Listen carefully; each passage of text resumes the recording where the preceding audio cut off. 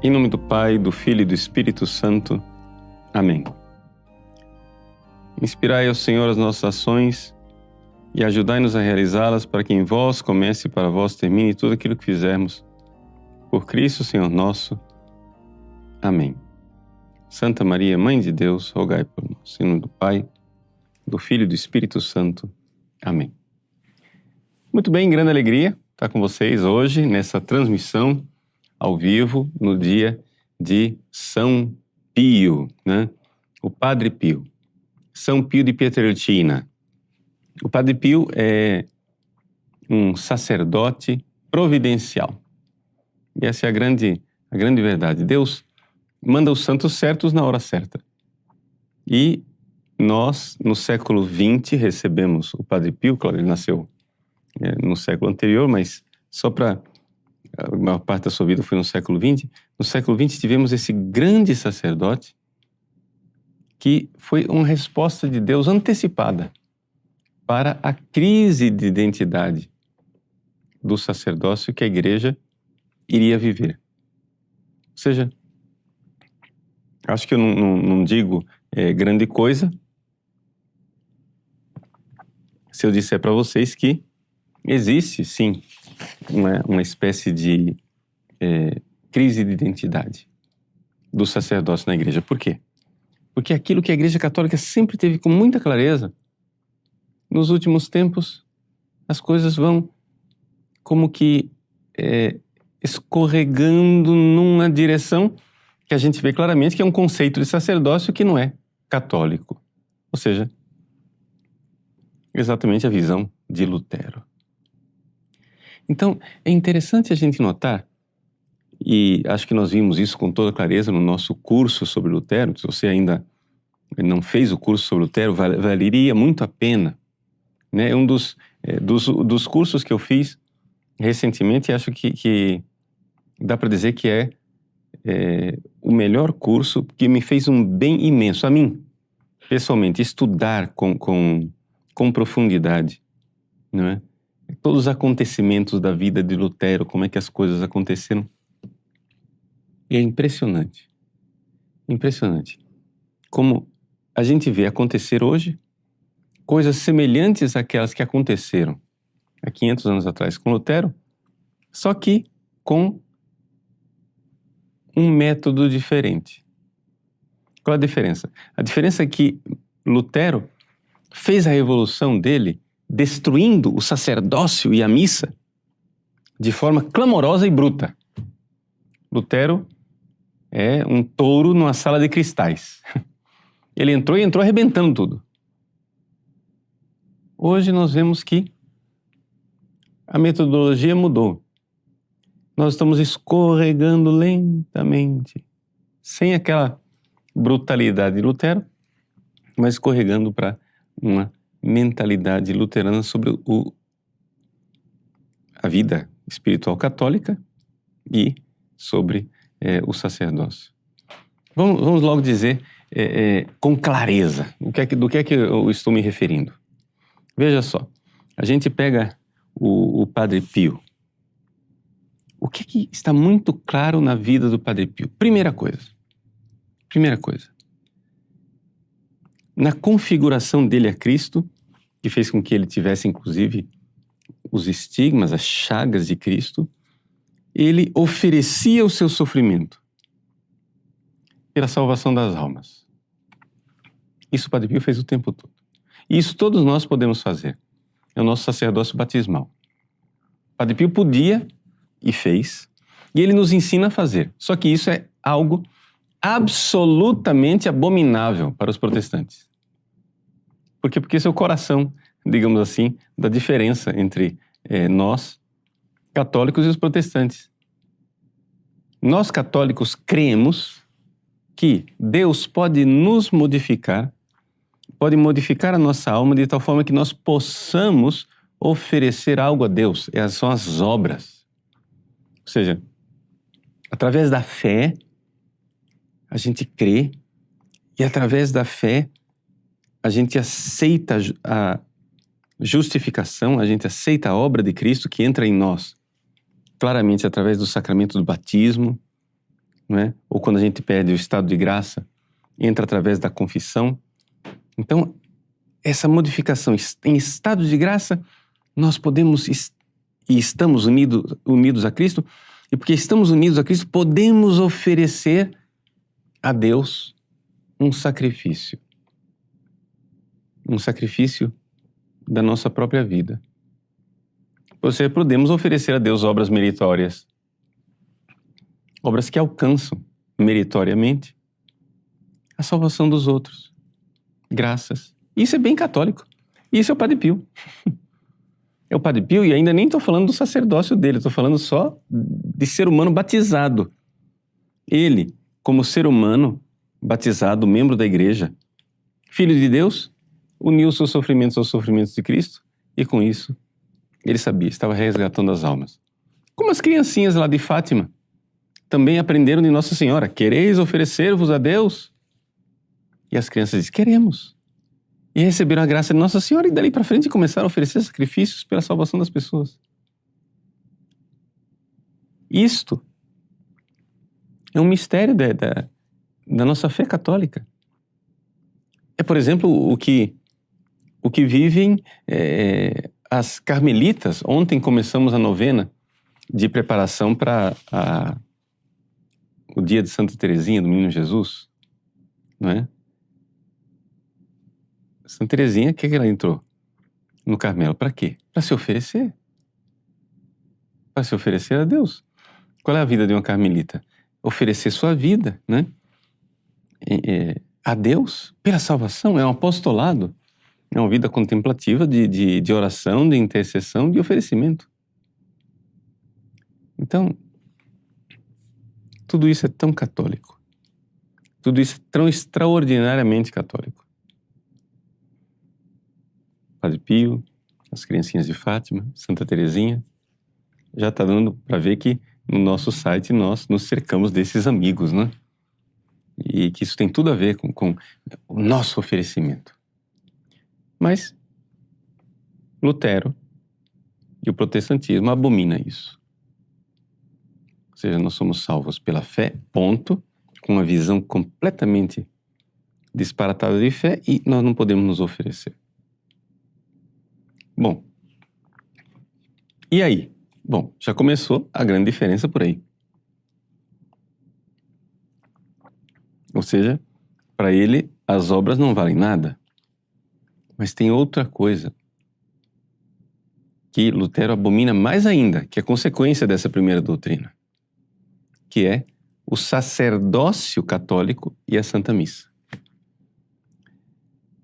E o Padre Pio é um exemplo luminoso de como viver o sacerdócio católico e a Santa Missa. Tá? Então, antes de falar como o Padre Pio vivia isso, vamos ver com clareza qual é a doutrina de Lutero e como é que os protestantes realmente pensam.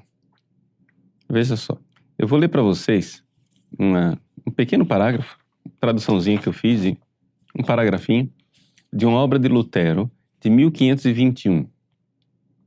Veja, 1521 é muito cedo na Revolução Protestante.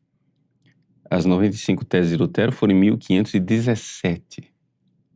21 é logo ali. Para vocês verem que a coisa já começou inaceitável, que assim, a doutrina, Lutero é protestante desde o início.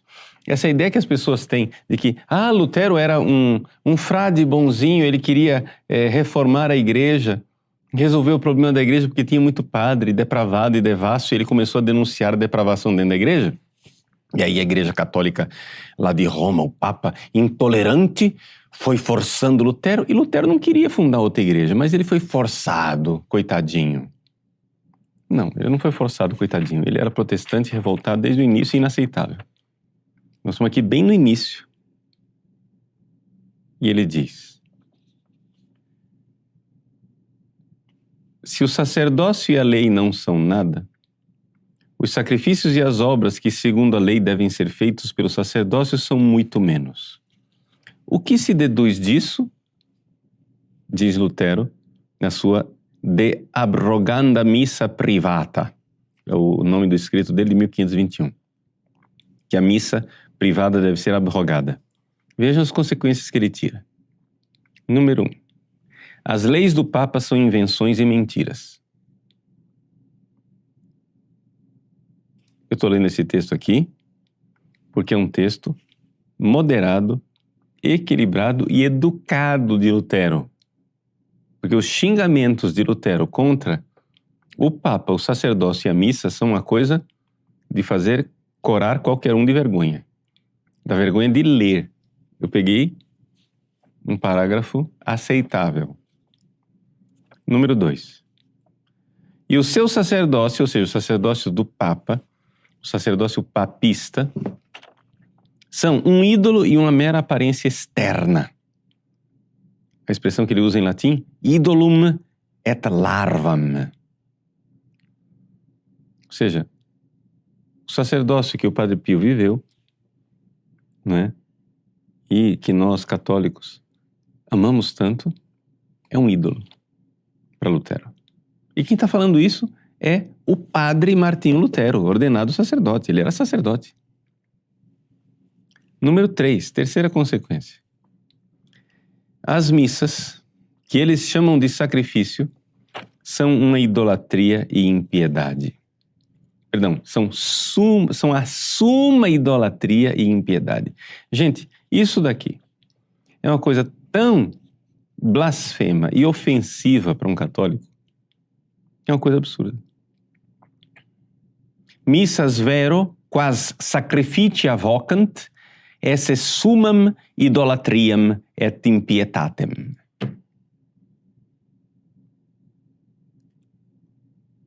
Alguém ainda duvida disso? Pergunta Lutero. Está provado nas Escrituras que esse sacerdócio não existe. E o que não está nas Escrituras é certamente invenção de Satanás. Ou seja, ele está dizendo que aquilo que nós, católicos, mais amamos, o santo sacrifício eucarístico, é uma invenção de Satanás. Que o sacerdócio católico é uma invenção de Satanás. É isso que ele está dizendo. Só que o Concílio de Trento, para responder a esse negócio absurdo, ele diz claramente no cânon número 1 sobre o sacramento da ordem. Vou ler para vocês, se alguém tiver o Denzinger Hühnermann, é o número 1771. Se alguém disser que não há no Novo Testamento um sacerdócio visível e externo, e não existe o poder de consagrar e oferecer o verdadeiro corpo e sangue do Senhor e de perdoar os pecados e retê-los, mas só a função e o simples ministério de pregar o Evangelho, ou que os que não pregam absolutamente não são sacerdotes, seja anátema.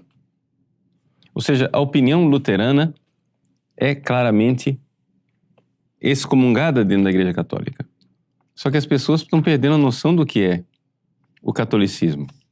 Só para ler mais um cânon sobre o Santíssimo Sacrifício da Missa, número 1751, do Denzinger.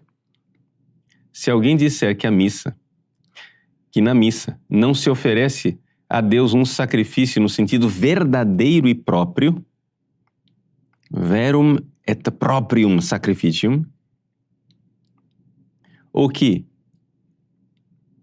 o ser oferecido não é mais do que Cristo ser dado a nós em alimento, seja anátema. Vamos explicar isso daqui e o que é que isso tem a ver com a vida do Padre Pio e por que Padre Pio é um exemplo luminoso, maravilhoso da doutrina católica. Então, assim, certamente quem não ama o sacerdócio católico e não ama a Eucaristia, certamente não deve gostar do Padre Pio, porque o Padre Pio é a contradição, né, a refutação absoluta e total da doutrina protestante luterana sobre o sacerdócio e a missa. Veja, o que é que o Concílio de Trento está nos dizendo? Em primeiríssimo lugar, nosso Senhor Jesus Cristo, na última ceia, ele chamou seus 12 apóstolos. Ou seja, não foram os discípulos em geral, foram os 12 escolhidos. existem dois grupos na igreja. Existem os discípulos em geral, e entre os discípulos Jesus escolheu 12. E esses 12, com eles ele celebrou a última ceia.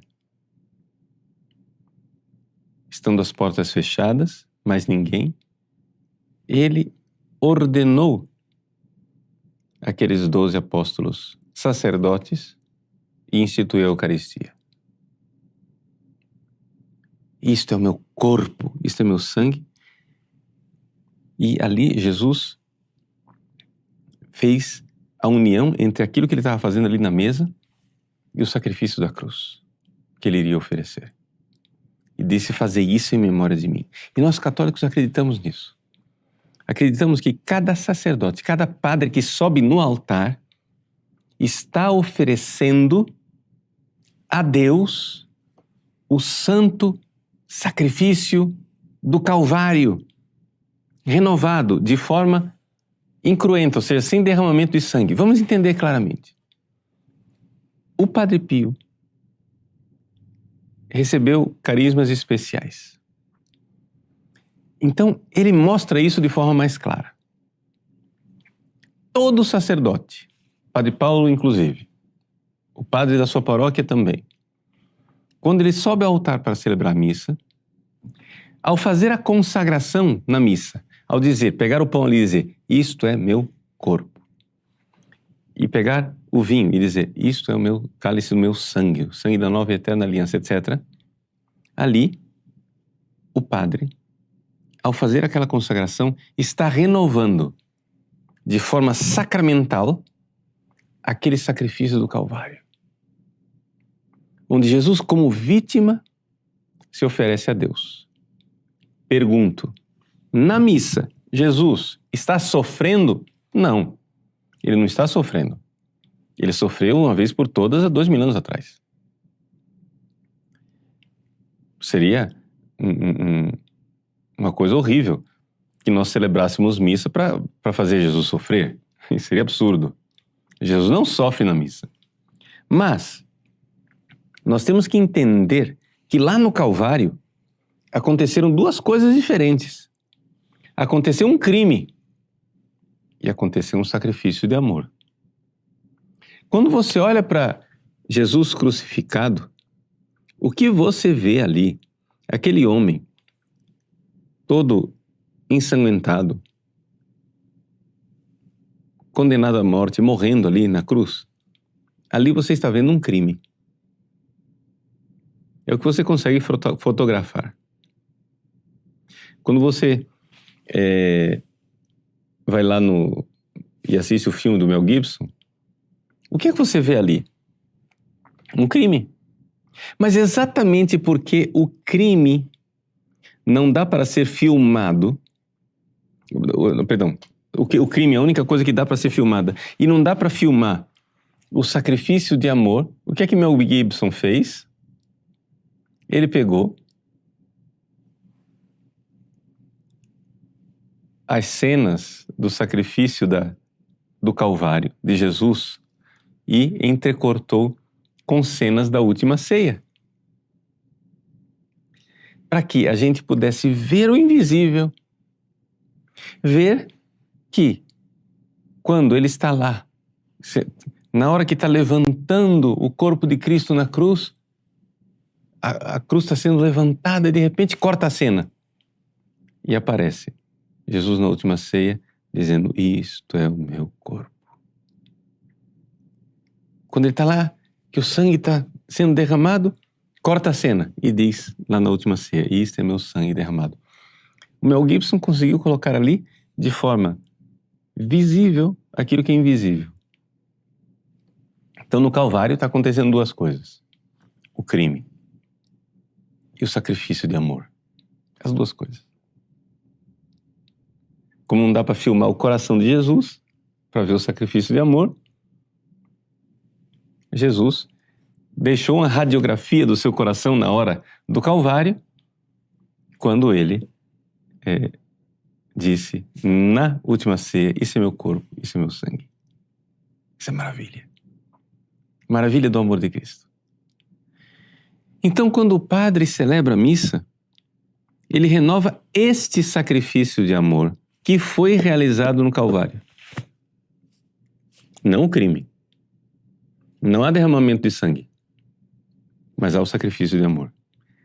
Simbolicamente representados pelas espécies do pão e do vinho, onde ali se consagra. Tem duas consagrações separadas, a consagração do corpo, a consagração do sangue, para simbolizar esse sacrifício de amor. Muito bem. E aí? Bom, aí que isso foi colocado em dúvida por Lutero. Para Lutero, o que é que eles fazem quando eles celebram lá, na igreja luterana, a ceia do Senhor? Eles estão celebrando algo que Deus está oferecendo para nós. Deus está nos dando o corpo. Deus está nos dando o sangue de Cristo. Pronto. Então, o movimento da ceia dos protestantes é um movimento em que vem algo de Deus de lá para cá. E qual é o movimento que eu sou capaz de fazer para os protestantes? Só a fé. Eles não têm obras. Eu não posso oferecer nada a Deus. Eu só posso ter fé. Acabou. Mas nós católicos cremos que nós podemos oferecer. E não somente, Jesus nos mandou oferecer. Fazei isso em memória de mim. Ou seja, fazer. Jesus mandou fazer algo. Não sei se dá para entender que fazer é obra, né? Fazer isso. E então, os sacerdotes católicos, o que é que fazem? Oferecem um verdadeiro sacrifício. E atenção, e só o sacerdote verdadeiramente ordenado pode fazê-lo.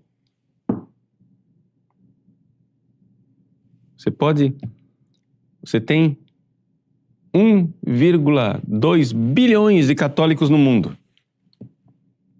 Se esses 1,2 bilhões de católicos leigos, tira os padres, leigos se reunirem para celebrar a missa, não acontece missa nenhuma. O que acontece é que o pão continua pão e o vinho continua vinho. Boa noite. Se não tiver um padre, um sacerdote verdadeiramente ordenado. Agora, isto que Lutero clamorosamente destruiu, porque Lutero é bocudo, né? Lutero faz o negócio fazendo barulho. O sacerdócio é ídolo, é mera aparência externa. A missa é suma idolatria e impiedade. Ele vai xingando. Isso que aconteceu com torno à sala de cristais, nós vemos que hoje em dia vai acontecendo aos pouquinhos dentro da igreja. Então, de repente, o padre não é verdadeiro sacerdote. Ele é só um presbítero. E a missa não é verdadeiro sacrifício. A missa é uma partilha, a missa é para celebrar a solidariedade, para ensinar a partilha, etc, etc. E não tem verdadeiramente, né, um poder no padre. O poder do padre vem do povo, o povo que delega para ele. Então, as pessoas vão deixando de crer no sacerdócio. Então, não é à toa que hoje em dia a gente vê propostas absurdas, né? Por que a gente não pega essas comunidades que vivem sem missa, coitadinhas, e ordena a comunidade inteira? Por que não ordena toda a equipe de liturgia? Vamos ordenar a equipe de liturgia. Mas você vê que por trás dessas propostas tem o fato de que essas pessoas já não creem mais no sacerdócio. Já não creem mais. E, portanto, o padre termina sendo alguém igual aos outros. Imagina se o padre vai vestir alguma roupa diferente. Não. Imagina se o padre precisa ser como os apóstolos eram, não é? Celibatários, que deixaram pai, mãe, mulher e filhos, casas e campos. Não precisa de nada disso. Imagina se os sacerdotes precisam ser somente homens. Não, nada disso. Tudo é a equipe de liturgia que se reúne e celebra, não é, a Eucaristia. Pronto, acabou. Mas onde é que foi o conceito do sacerdócio católico? Quando é que nós deixamos de ser sacerdotes católicos? Então, nesse sentido, o Padre Pio é um grande farol. Porque quem era Padre Pio? Vamos lá, vamos na vida do Padre Pio. Número 1. Padre Pio, em termos hierárquicos, na igreja, foi o substrato do nada. Em termos de hierarquia, ele nunca foi, ele não era bispo, não era monsenhor, não era também nem guardião, nunca foi provincial, guardião do seu convento, nunca teve cargo nenhum. Quem foi Padre Pio? Padre Pio foi um padre que celebrava a missa e ouvia a confissão. As duas coisas que o Concílio de Trento diz que é o núcleo do sacerdócio visível e externo. Olha o Concílio de Trento. O sacerdócio visível e externo, né? Existe um poder de consagrar e oferecer o verdadeiro corpo e sangue do Senhor, número 1, e de perdoar os pecados e de retê-los, número 2. Então, celebrar a missa e ouvir a confissão. São as duas coisas do padre. E são as duas coisas que o Padre Pio fazia. E fazia de forma extraordinária e luminosa. Vamos analisar as duas coisas. Primeiro, existe um poder de consagrar e oferecer o verdadeiro corpo e sangue do Senhor e oferecer o corpo e sangue do Senhor. Lembrando, o que é esse oferecer o corpo e sangue do Senhor? O próprio concílio nos diz, de Trento, não é? Se oferece um sacrifício no sentido verdadeiro e próprio. Padre Pio oferecia esse sacrifício do Calvário. Quando o normal dos sacerdotes é oferecer a missa semanal, celebrar a missa em meia hora, o Padre Pio levava 2 horas para celebrar a missa. Não que isso não é um preceito, você entenda. Nós podemos continuar celebrando em meia hora, não é esse o problema. Mas é que o Padre Pio foi um dom de Deus, um carisma, um dom específico de Deus para lembrar a ligação entre a missa e o Calvário.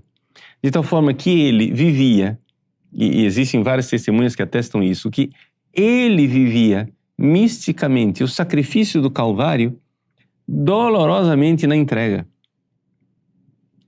O Padre Pio, todas as vezes que ia celebrar a missa, aquelas chagas dele, as dores do seu corpo aumentavam, ou seja, oferecer missa para ele. Se tem alguém que deveria querer celebrar a missa rapidinho, é o Padre Pio, porque a missa era uma experiência dolorosa para ele. Né? E ele, no entanto, vivia o Calvário dolorosamente. Atenção, quero recordar. Ao celebrar a missa, Jesus não está sofrendo. Está acontecendo a renovação do sacrifício de amor. Mas esse sacrifício de amor aconteceu, é a renovação de um sacrifício de amor que aconteceu dolorosamente há 2000 anos atrás. Então, misticamente, o Padre Pio se unia àquele sacrifício doloroso lá atrás. Por quê? Para atestar isso. Essa união. Para ser um sinal claro e visível de que é o mesmo sacrifício. Numa época em que se põe em dúvida essa união. Então, isso faz o quê? Faz com que eu, padre, quando vou oferecer a missa, eu sei, Deus não me chamou a ter as chagas como o Padre Pio. Deus não me chamou a sofrer fisicamente unido a Cristo no Calvário, a ser configurado a Cristo nesse nível tão sublime. Mas Deus me chamou a estar unido ao sacrifício de Cristo espiritualmente. Eu sei que quando eu faço aquilo, eu estou pronunciando sobre o pão e sobre o vinho aquelas palavras, eu sei que ali existe um mistério que é um abismo de amor. É o sacrifício de Cristo na cruz. Então, Padre Pio, para mim, é um farol que diz, lembra, Padre Paulo, o que é que você vai oferecer agora? Você não vai sentir nada. Mas é o mesmo sacrifício do Calvário. Segundo ponto. A confissão, né? Ou seja, o sacerdócio tem o poder de perdoar os pecados. O Padre Pio, além de celebrar a missa, né, ele ouvia confissões. Padre Pio ouviu confissões a sua vida inteira, exceto no pequeno espaço de tempo em que ele foi proibido de ouvir confissões. Por quê? Porque estava sob investigação. Chegaram acusações lá em Roma contra ele, que dizia que ele era um falsário, que não tinha nada de estigma, coisa nenhuma, que ele estava inventando aquilo, etc.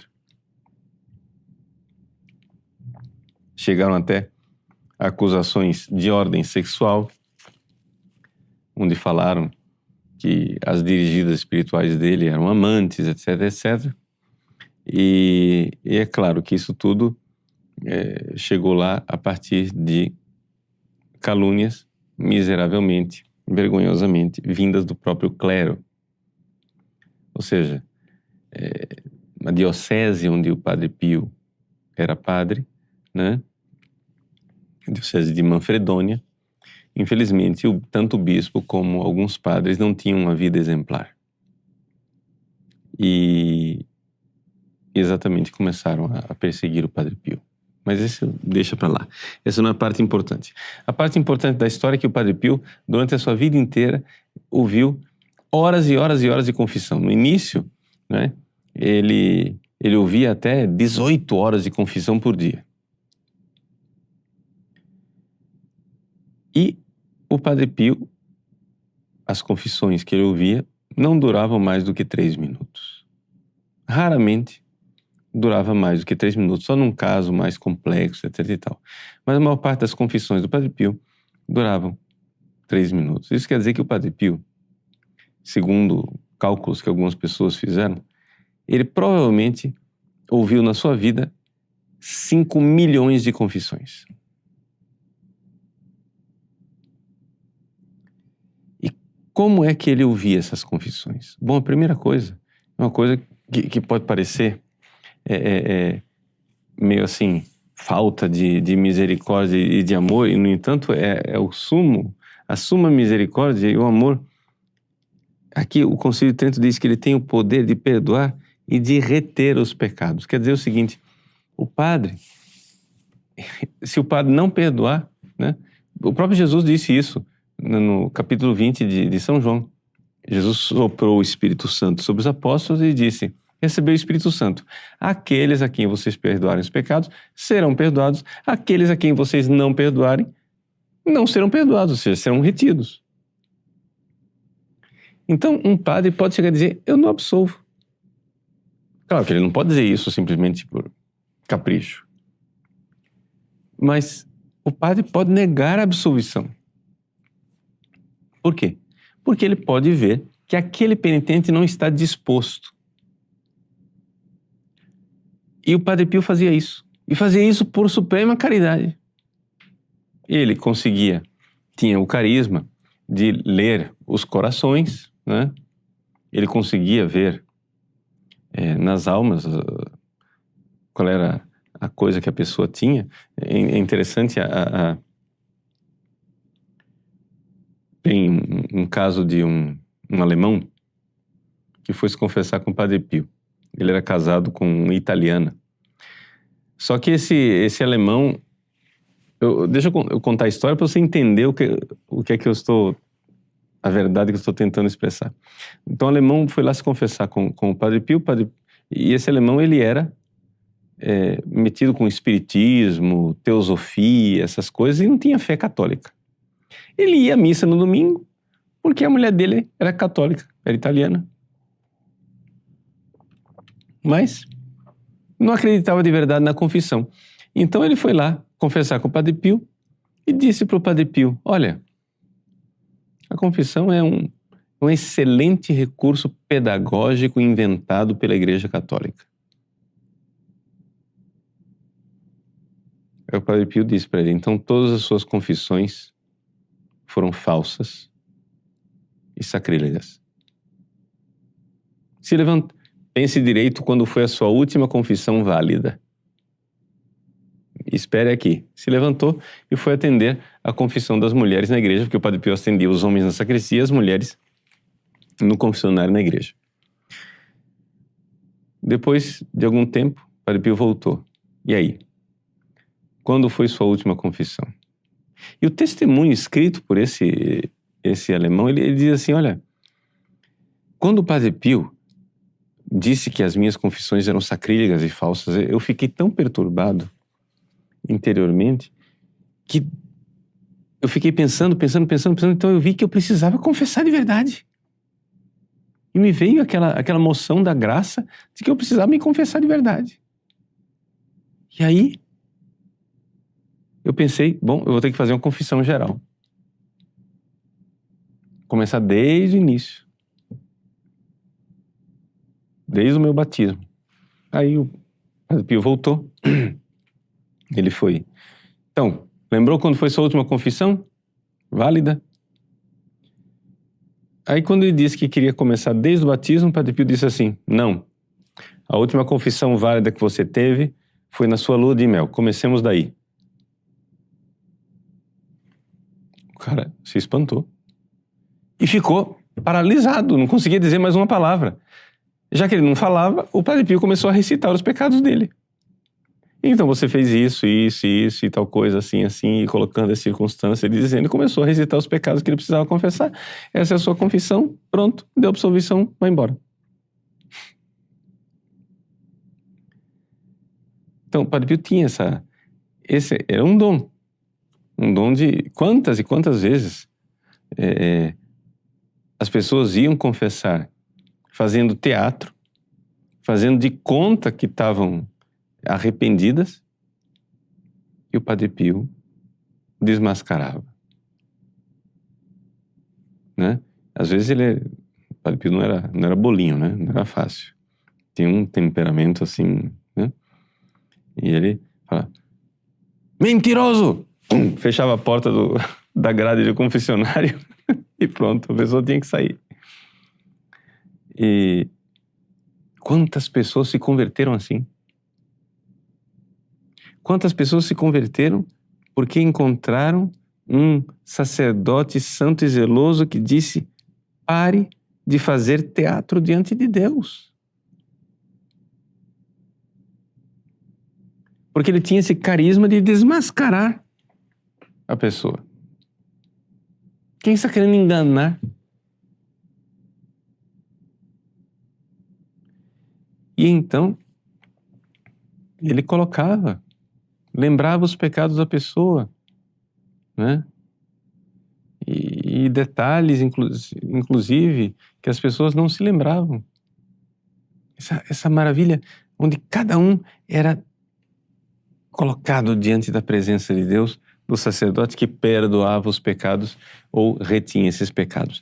E com relação a essa coisa de dar absolvição, sem realmente julgar se a pessoa está ou não apta para receber absolvição, se ela está arrependida, ou seja, se ela tem se ela detesta o pecado que ela fez, né? E tem um firme propósito. Com relação a isso daí, o Padre Pio dizia assim, para um sacerdote que ia se confessar com ele: olhe, lembre-se, quando você administra o sacramento da confissão, você está administrando o sangue de Jesus. Olha essa frase, para ver essa frase. Se você fosse distribuir a comunhão, como é que a gente distribui a comunhão? O corpo de Cristo a gente põe lá a bandeja, para os fragmentos não caírem, etc e tal. Com todo cuidado, todo zelo. Então, Se você estivesse administrando o sangue de Cristo, com que cuidado para não cair nenhuma gota? Quando o padre dá a absolvição, ele está administrando o sangue de Cristo. Por quê? É no sangue do Cordeiro que nós somos alvejados, temos a nossa túnica branca. Então é pelo sangue de Cristo que nós somos libertos dos nossos pecados. Então, o Padre Pio chamava a atenção do sacerdote: não jogue o sangue de Cristo no chão. Você tem que administrar com cuidado o sacramento do perdão. É muito importante isso. Toda essa realidade é importante quando nós formos nos confessar. Então, o que é importante para você fazer uma boa confissão? Então, recordo, arrependimento. O que quer dizer arrependimento? Quer dizer que pecado não é aquilo que você acha que é pecado, que você sente que é pecado. Às vezes as pessoas vêm se confessar e confessam umas trivialidades, umas banalidades, porque elas estão machucadas. O que está mais me machucando no momento, não interessa o que é que está te machucando. O que interessa é o que você está fazendo, ofendendo a Deus. Machucando você, não interessa. Porque às vezes aquilo que ofende a Deus é o que você menos sente. Fiquei com raiva do meu cachorrinho. E a pessoa vem confessar porque ficou com raiva do cachorrinho. Mas cometeu adultério, fez comunhões sacrílegas, fez um monte de coisa que para ela não se sentiu machucada com aquilo.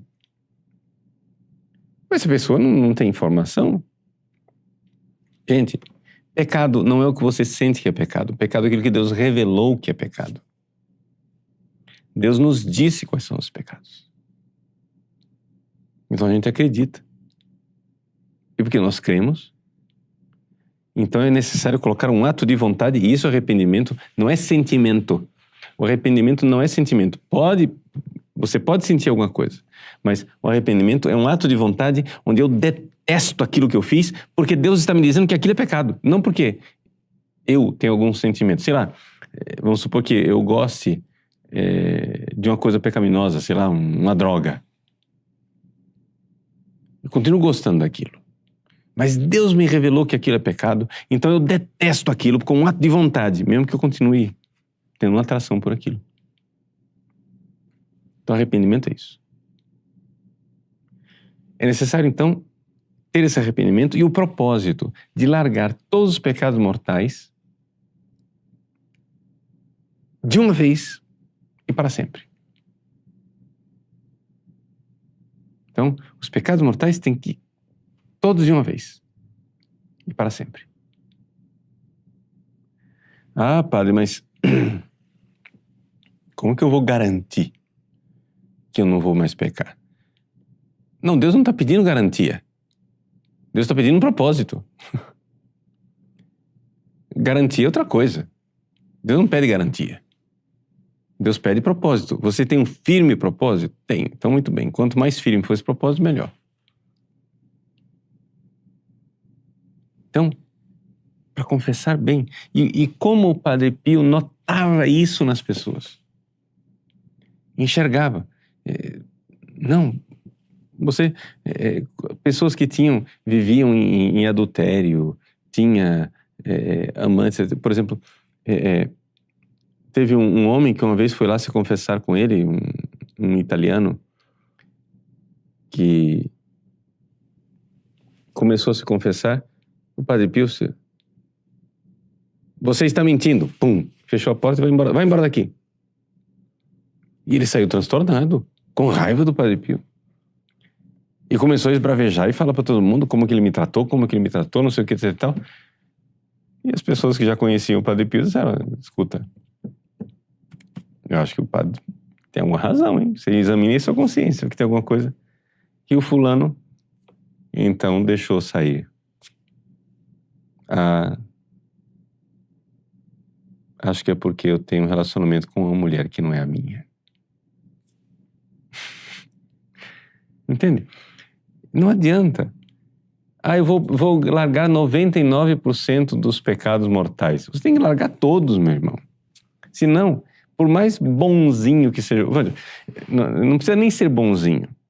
É simplesmente padre Paulo Ricardo, você vem se confessar comigo. Tá lá. Eu ouço. Tem a grade do confessionário, eu ouço a sua voz. Não detecto nada ali que impeça a absolvição.